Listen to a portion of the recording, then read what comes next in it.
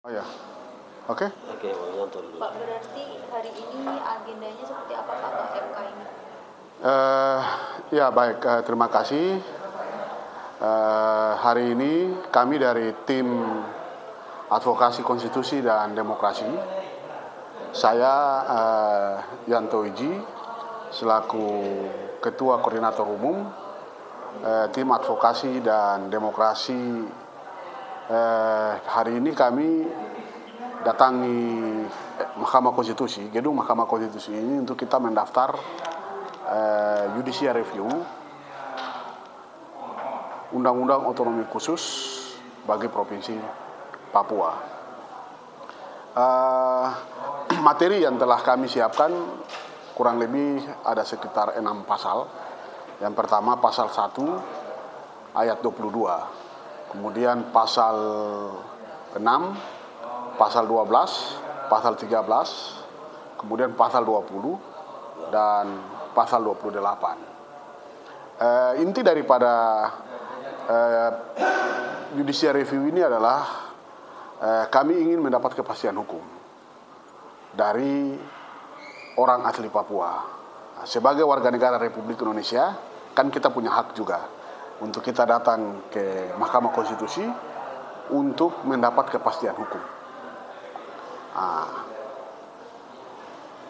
Otus bagi Provinsi Papua, tentunya bagi kami hari ini kami melihat negara telah berpihak kepada orang asli Papua dengan memberikan otonomi khusus.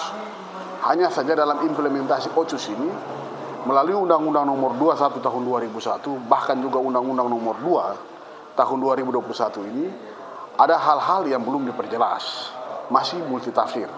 Ya, misalkan pasal 28 ayat 3 menyatakan bahwa rekrutmen politik oleh partai politik di provinsi dan kabupaten kota memprioritaskan orang asli Papua. Sampai di situ saja titik. Artinya bahwa tidak ada tambahan atau turunan daripada pasal ini. Sehingga di sini tidak memberikan kepastian. Rekrutmen politik ini seperti apa maksudnya? Apakah menjadi anggota partai politik, ataukah mencalonkan diri sebagai bupati dan wakil bupati, gubernur dan wakil gubernur, anggota DPRD?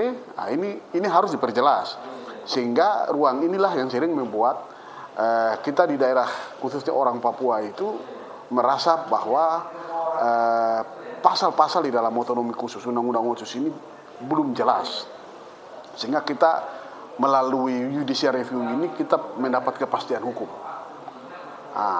Kalau dulu di Otsus Juli 1, Undang-Undang 21 Tahun 2001, itu kewenangan politik di tingkat provinsi itu hanya sampai di tingkat provinsi. Tapi dengan adanya Otsus Jilid 2, kewenangan politiknya itu sudah diperjelas, diperinci sampai ke kabupaten kota.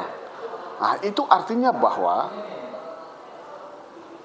gubernur, wakil gubernur, bupati, wakil bupati, wali kota, wakil wali kota, hukum wajibnya orang asli Papua, gitu. Kemudian juga di pasal 28 ayat 3 juga terkait dengan rekrutmen politik, baik itu di partai politik maupun juga di calon anggota legislatif tingkat provinsi maupun kabupaten kota dan tingkat pusat. Ya, itu harus jelas persentasenya. Ya. Dalam pengajuan ini kan kita minta untuk Mahkamah Konstitusi mengabulkan persentase rekrutmen politik untuk calon legislatif DPR di tingkat provinsi dan kabupaten kota itu 80% orang asli Papua dan 20% warga negara Republik Indonesia lainnya yang berada di Provinsi Papua. Gitu. Kemudian juga ada pasal 1 ayat 22 tentang definisi orang asli Papua. Ini kan multitafsir. Ya, multitafsir akhirnya ini membuka ruang kepada saudara-saudara kita yang bukan orang asli Papua. Dengan mudah mereka kemudian diakui, dan ini akan menjadi bumerang bagi kita orang asli Papua. Mereka juga bisa akan mencaplok hak politik orang Papua, hak kesejahteraan orang Papua, hak pendidikan orang Papua, dan hak kesehatan orang Papua. Intinya bahwa filosofi otonomi khusus itu afirmasi, kebijakan, perlindungan, dan keberpihakan kepada orang asli Papua. Otsus ini sasarannya kepada orang asli Papua, bukan kepada orang yang bukan orang asli Papua. Nah gitu. Orang asli Papua, orang non Papua yang ada di provinsi Papua tetap juga adalah warga negara Republik Indonesia. Mereka di dalam pasal 23, pasal 1 ayat 23 itu sudah menyebutkan penduduk Papua. Penduduk Papua adalah seluruh warga negara Republik Indonesia yang secara undang-undang telah memenuhi ketentuan. Artinya bahwa Otsus ini selain berpihak kepada orang Papua tetapi juga mengakui keberadaan orang non Papua yang ada di sana juga sebagai penduduk Papua. Mereka boleh jadi apa saja di tanah Papua, tetapi terkait dengan hak politik, ya, hak keaslian adat itu adalah hanya milik kepada orang asli Papua. Sehingga gugatan kami ini kami lebih menekankan kepada hak politik. Sekali lagi, hak orang Papua minta untuk kejelasan, kepastian hukum terkait dengan hak politik. Bukan berarti itu adalah politik identitas, melainkan kita sedang membantu negara, ya, mengingatkan kepada negara bahwa Otsus yang diberikan kepada orang Papua ada bagian-bagian lain yang belum secara terinci dijabarkan atau dilaksanakan, sehingga jangan nanti 20 tahun yang akan datang atau tahun 2041 nanti Otsus Jilid 2 ini dievaluasi, masih ada orang asli Papua yang menyerukan atau yang merasa bahwa Otsus ini gagal, Otsus ini tidak berhasil, begitu. Jadi kami sebagai warga negara punya hak untuk ini. Jadi bukan berarti kami melakukan judicial review ini kita menentang negara, tidak. Kami menghormati afirmasi kebijakan yang negara telah berikan kepada orang asli Papua. Ya, hanya saja dalam implementasi ini penyelenggara negara dalam menyusun undang-undang otonomi khusus ini mereka membelokkan filosofi semangat daripada otonomi khusus yang sesungguhnya, yang harus berpihak kepada orang Papua, sehingga Mahkamah Konstitusi ini menjadi tempat yang tepat untuk kami warga negara Republik Indonesia, orang asli Papua yang berjumlah kurang lebih 4 juta, menaruh harapan kepada Mahkamah Konstitusi untuk memberikan keputusan yang seadil-adilnya kepada orang asli Papua dalam rangka menegakkan otonomi khusus. Jadi kami di sini hanya datang untuk meminta keadilan sebagai warga negara Republik Indonesia, dan kami juga punya hak sebagai warga negara untuk mendapat kepastian hukum. Begitu. Artinya berarti pengajuan judicial review ini lebih menekankan kepada bahwa definisi masyarakat Papua asli itu seperti apa gitu ya? Ya, jadi sekali lagi gugatan kami ini ke pasal 1 dan pasal 28 sebagai gugatan induk utama tentang pertama definisi orang asli Papua, dan yang kedua tentang hak politik orang asli Papua. Nanti di pasal 12 itu hanya kita minta ditambahkan bupati dan wakil bupati. Sebelumnya telah mengakomodir gubernur dan wakil gubernur itu adalah orang asli Papua. Kami minta ditambahkan bupati dan wakil bupati juga dimasukkan dalam pasal 12. Sehingga nanti berbunyi gubernur dan wakil gubernur, bupati dan wakil bupati, wali kota dan wakil wali kota itu adalah orang asli Papua. Karena pasal 12 ini tidak berdiri sendiri. Pasal 12 ini punya korelasi dengan pasal 28. Pasal 28 ayat 3 sudah menyebutkan jelas rekrutmen politik oleh partai politik di provinsi dan kabupaten kota memprioritaskan orang asli Papua. Jadi pemaknaan rekrutmen politik ini bukan hanya menjadi pengurus partai politik, tetapi menjadi bupati, wakil bupati, wali kota, wakil wali kota, gubernur, wakil gubernur adalah orang asli Papua karena mereka direkrut melalui mekanisme politik. Begitu juga. Ini orang asli Papua, maksudnya orang asli Papua ini kategorinya seperti apa? Apakah mereka yang lahir di Papua, bisa mungkin ayahnya Papua, ibunya dari suku lain mungkin?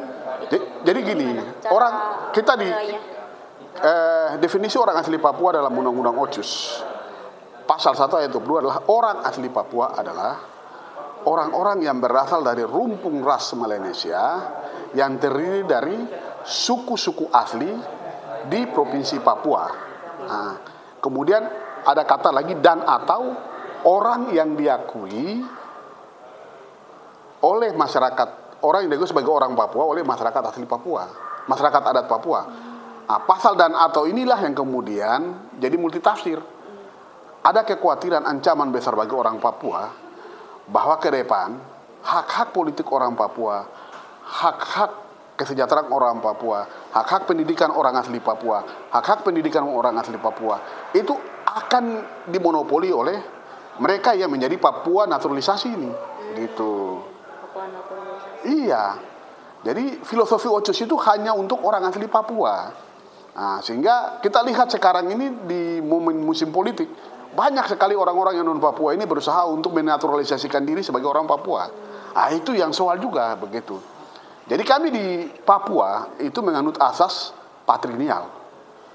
Jadi dari garis perkawinan laki-laki.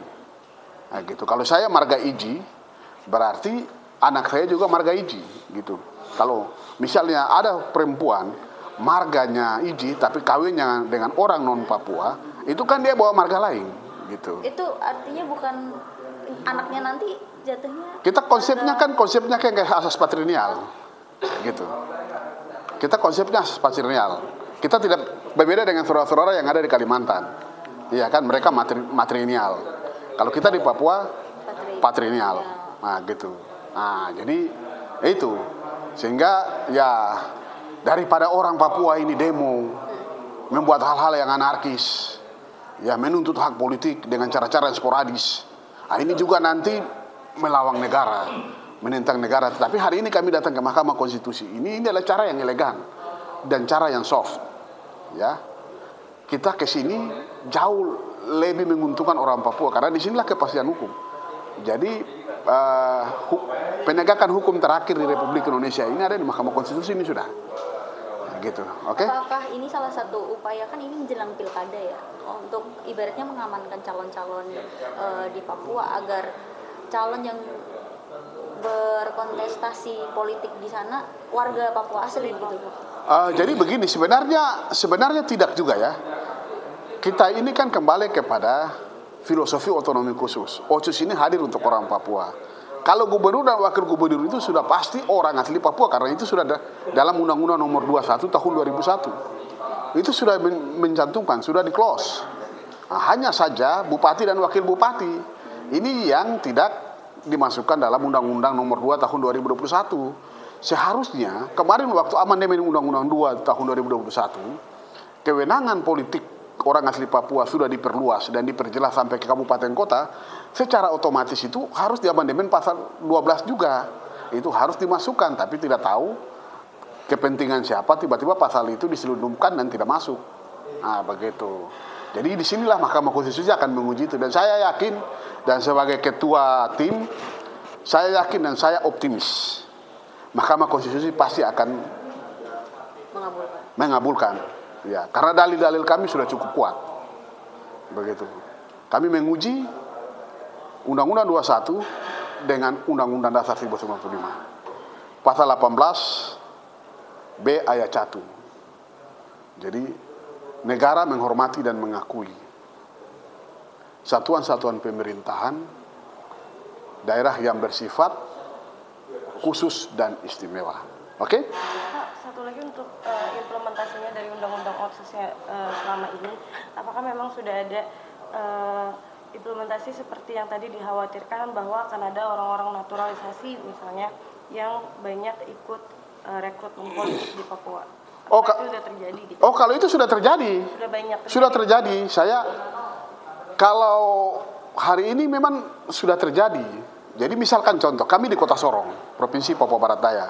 Di Kota Sorong itu ada 30 anggota DPRD, kursi di DPRD. Dari 30 anggota DPRD yang terpilih 2024, 6 orang saja orang asli Papua. 24 non asli Papua.